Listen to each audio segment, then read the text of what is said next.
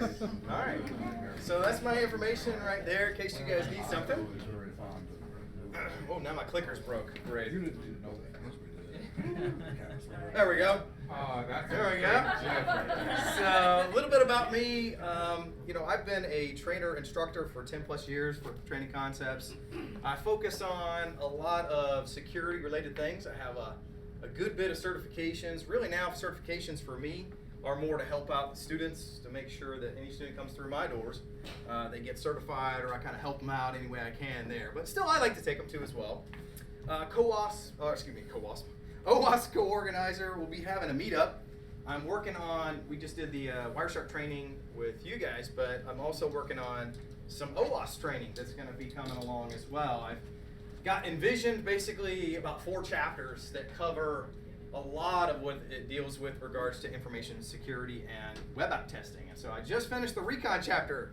It's about 21 pages or so of notes, and then I hope to basically then combine in the 3-chapter form, or the OS Top 10 into the other 3 chapters that we're going to go through and do. So that's something to look forward to. If you guys like training, that's going to be free for you guys to kind of partake in. So look forward to that. Probably around, I guess, more than likely May format, somewhere around there. But we'll also have a meetup maybe next month. So if you guys are interested in learning some web app security stuff, definitely come by. Obviously, I'm a ColaSec member. Been here for a while now. Used to be on the same co-organization with Tim DeVos, that basically, Tim DeBlock, excuse me, that put us through here and used to be our organizer here. But gadget enthusiast, that's kind of me in a nutshell. Let's see, there we go. So I want to play this video real quick if you guys haven't seen this, if the internet behaves. And I can turn up my speakers. Oh, I got no sound. I turned off the sound. This is the strange thing. Hold on. Crap. Oh, totally fail. In a world before machine. I just tell you. Of course, this would happen. Here we go. Let me see if I can now get it to go. All right. Oh, still nothing. Joking me. Oh, that's just totally demo. Why is this? Internal speakers. All right. Here we go. We'll figure it out. I can shut down your power grids. I can paralyze your infrastructure. I can access the personal data of everyone in America. I am the enemy with no face, and I can't be stopped. For every would-be cyber attack, is a team of U.S. Army cyber warriors who will not be defeated. Find out more at goarmy.com/team. So I mean, I've seen this commercial. Right? I've seen this. I love this commercial. I was like, yeah, man, go Army, man. I was like very excited about this. So I was like, I want to create a talk that basically encompasses that. So, and again, like I said, I'm going to be giving away some things here. We're going to go through and look at a couple things. But let's start with a question. What was shown on the screen of that computer? If you know, we got an awesome fancy bear sticker from the Russian APT-29 group. You might know what was shown on the screen. Man! My man! Good job, dude. There you go. Very good. So that's one of my favorite tools. I use that tool a lot for a lot of different things. So we're going to see that probably coming up again. But anyway, so this is what we're going to look at as we go through. It's a lot, so I'll try to cover it in a brisk pace as well, and hopefully save some time on the end and ask any questions you guys would like to ask. But you can see it's a lot. Let's see if I can get this controlled here. There we go. So in general, probably don't have to tell you guys by now, especially if you're sitting here, that information security is a big thing, right? A lot of people today are starting to try to make their focus or their specialty in some type of IT-related realm. Right now, for me, I started. It's been 6 years now. I was starting to concentrate my focus on information security. We'll talk about some things that are incorporated into information security. And I started off as a system admin, right? So I started on server administration, Active Directory, DNS, and then kind of gradually from there, I decided to focus on information security. From there, I saw it take off. I was, wanting to, stay up late at night and do things to learn and try to kind of push that action as well as soon as I woke up. Something I was interested in doing. And so you oftentimes see this quote. If you know yourself, if not your enemy, every victory gained, you will suffer defeat. Sun Tzu, you see that a lot in information security. A lot is whoever holds the information wins the war. Okay? And that's the way, and that's the current landscape that we're currently in right now in information security. A couple sites, and I'll probably put a whole bunch of them. And I'll probably put a whole bunch as you see as we go through. I love that first site. A lot of the breaches over the last few years. And what you'll see if you go to a site like that, you'll see things like Home Depot, you'll see things like eBay, you'll see things like Target. So in the news, there's lots of organizations that are coming to know the breaches really well as far as what they are. And so what I'm going to look at as we discover things here in information security, what are some of the things that make it a challenge? What are some of the things that make it awesome? What are some of those types of things in information security? And we also have a lot of things on our side a little bit. You see society and using the Mr. Robot as an example there that basically glorify hacking. It doesn't make it any easier for the defenders that are trying to stomp it out. So we'll see some of that in this presentation as we go through it as well. So I know we did hacker headlines earlier, but one of the things you'll look, and there's a site that I just showed you guys in the previous slide. Let me see if I can get it to go back for me. This one right here, privacyrights.org. And basically, I usually on, I would say, at least a weekly basis, if not more often, more frequent, I go to this site and I start investigating all the different breaches that happen almost on a daily basis. Okay? And what you discover is, from this slide, that there's a lot of hacks in the news, right? So recently here, of course, Adult Friend Finder, if you're a part of that site, that was a big breach here recently. Of course, another one, of course, Yahoo. You've got your cloud pets over here, your internet-connected devices. I mean, there's nothing sacred in Arby's. I was talking to the guys back here. You can't go to Arby's anymore without having to worry about your data being exposed out for whoever wants to kind of look for it on the dark web. So here, again, lots of indicators that it's not getting any easier, and that the breaches continue to rise on almost a daily or minute-by-minute basis. So one of the things here is first defining, if we're going to go through and look at information security, get some definitions out of the way. Okay? So what I tried to do is I tried to come up with every single definition that I could find for information security. What is information security and what does it do for us? So some of the classes I teach range from everything from CISSP, network defense, offense, etc. But all of them have one thread that goes through them all. Okay, is the CIA triangle, right? So it's right there, preserving confidentiality, integrity, and availability. So you'll see that one a lot to kind of give a definition for what information security is. So a lot of these kind of fall in that realm, trying to protect the data assets from exposure because they're not properly protected, maybe not properly encrypted, integrity, making sure that the information that is changed and modified is changed with authority, and then available. Okay, so I usually just make it a simple thing, is that this is the process to which we go through and protect our digital information assets. This is a quick way to define information security for us. But we need to know what those assets are. That's a big challenge for anybody in information security, is situational awareness, right? Trying to figure out what's around you so you can better protect those assets in your environment. Right? But by protecting our data, we're assured to prevent things like data theft, legal consequences, maintain productivity with availability of services, foil cyber terrorism, you name it. There's a lot of reasons for organizations to want information security associates.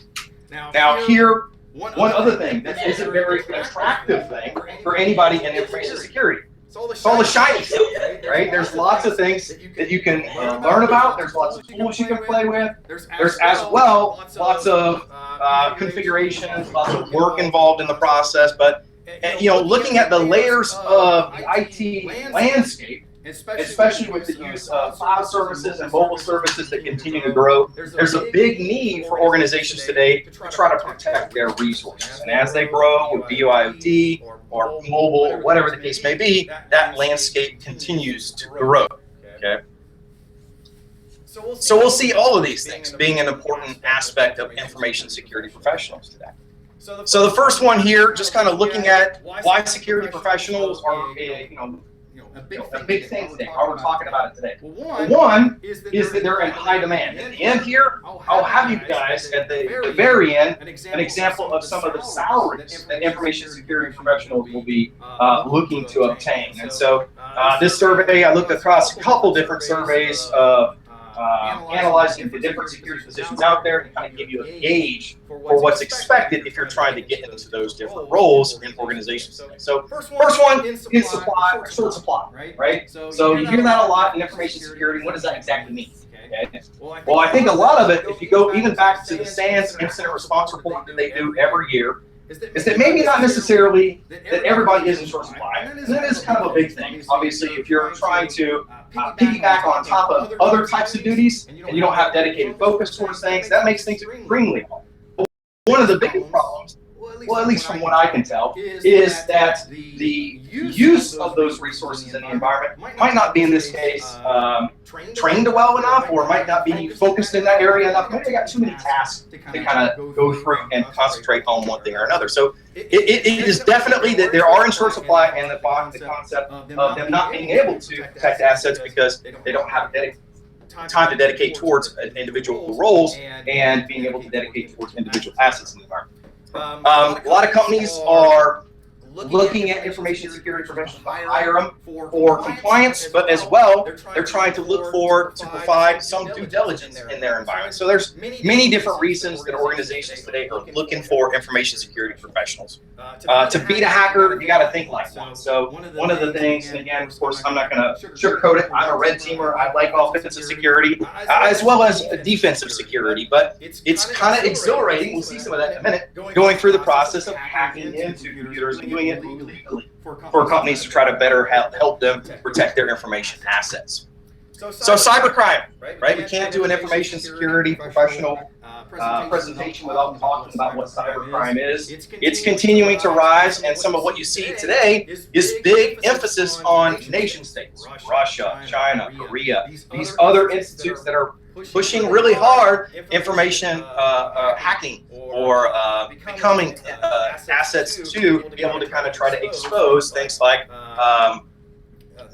intellectual property, for example. So a lot of those types of cybercrimes that happen, as well as disruption of service, right? Looking for ways to cause disruption, to cause havoc, those types of things are typical types of syndicates for a cybercrime professional.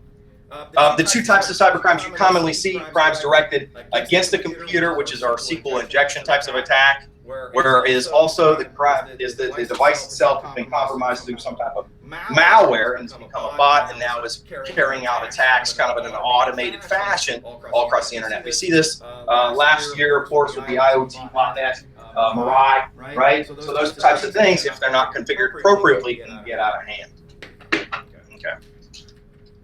So another aspect of things here a little bit is to talk about the actual threat landscape. Okay. So when I say threat landscape is what's the current mood, right, of the bad guy? Well, the current mood of the bad guy is things like IoT, right? Trying to compromise and try to add these IoT devices, even though they're low resource devices, trying to add those to things like botnets to try to kind of up the game a little bit from an availability perspective and trying to compromise availability of services. As well as we start to get nation state actors. Organizations or nation states like Russia. And of course, we've got our Cozy Bear, Fancy Bear, all these APT groups that are trying to exfiltrate information and try to hack things like the a political cycle that just here recently happened last year. And so those are the types of concerns, and we see different types of hackers out there in the hacker space. We've got everything from good guy hackers to bad guy hackers, to kind of activists, people that sit in between. There's lots of different types of bad guys are out there. Now, here, For another sticker, we'll go with, in this case, Ghost Bear. Okay. What is the number one thing that keeps companies awake as far as from a threat perspective? You look at any of the Verizon data breach reports, you'll probably find this at the top of the list of concerns. Anybody want to speak out?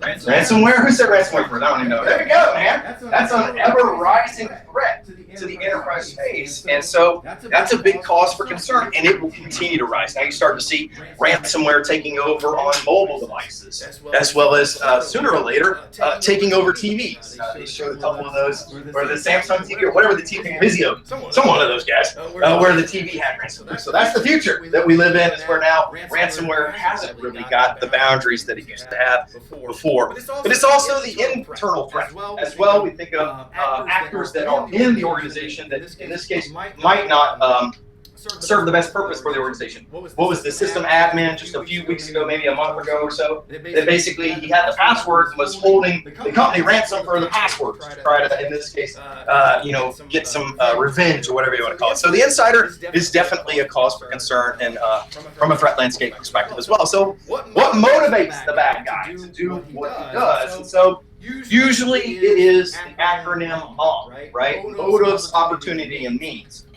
So a lot of times people say first thing, if it's a bad guy, he's probably doing it for the money. That's not always necessarily true. So some bad guys do it for fame and fortune. Some do it as a regular routine for organized crime. So there's lots of different reasons behind a bad guy and what the bad guy is trying to accomplish. But again, money's really up there. Of course, people do it for real. I know there is a particular, anybody know what the hacker board is, where they basically announce the basements and stuff? Is it like Zone 8? Yeah, Zone 8. So again, there's lots of sites out there like that basically are the whole fun, thrill, exhilarating reason that a lot of bad guys do what they do is, maybe they can, in this case, say that, I took down Sony or I took down Target. Okay. So some of the threat categories that we have, right? The cool thing here is, at least from my experience, there's a lot of ways to compromise organizations today. So you can go and you can look at reconnaissance. Josh can tell us several things on how to basically look better, improve your security, your privacy, by not leaving out so much information out there just for anybody to have. So I really like the reconnaissance side. I think that no good hacker is going to get good information unless they go through their proper due diligence with regards to reconnaissance and information, collecting and gathering. So that's a big phase, right? Anytime I do a pen test, I spend a good bit of time making sure that it's going to be easier for me to attack an organization later if I know more about the organization. So that's a big phase. System hacking. Right? Everybody wants to be able to accomplish the ability to exploit a vulnerability on systems today. So if you look at the Verizon data breach report, we're still doing not so great a job, at least last year, with patching, right? Simple stuff like that, hardening default systems, default configurations. So that's a big cause for concern. So bad thing with a bad guy, he only needs one way in. So if he finds that one way in, then he can compromise the environment to a big degree. So we worry about some of these types of things, and then of course the ever scaling marketplace of the mobile infrastructure, cloud infrastructure, and some of where that's going as far as from a threat category perspective, and us being able to hand over control of some of our assets and our data. So this is the cyber kill train. Whenever we're training and looking at ways to protect our assets and personal assets, we want to think like a bad guy. So this is the way the bad guy thinks, literally. He thinks reconnaissance, like I said, is a big portion of discovering the information that is going to be used in compromising your resource environment. And then from there, he can then start to get attacked. So you've got to know what services are out there that are running on the network. You've got to find things like email portals and web logons, find out what kind of authentication is used. The more you can find out in the recon phase, the easier it is on the attack phase. And then, of course, everybody looks towards exploitation. That's the finding of the cookies, the finding of the treasure inside of the environment. So after you compromise the environment, this is attaching keyloggers, this is pivoting, this is using PowerShell to further your attack within the organization. So you start to think like a bad guy. We start looking at these different phases. We try to control some of that information and how it travels from point A to point B. All right, threat modeling is super big and super important to information security today. The biggest thing it does is helps us to visualize the actual threat landscape. So we can learn better the relationship between A and B, and we can find ways to increase the level of gaps in between or add stuff in the way. The harder we make it for the bad guy, the more or the less likely that bad guy is going to try to carry out that particular attack. So all we're doing here really is trying to understand better the attack perspective of what we have as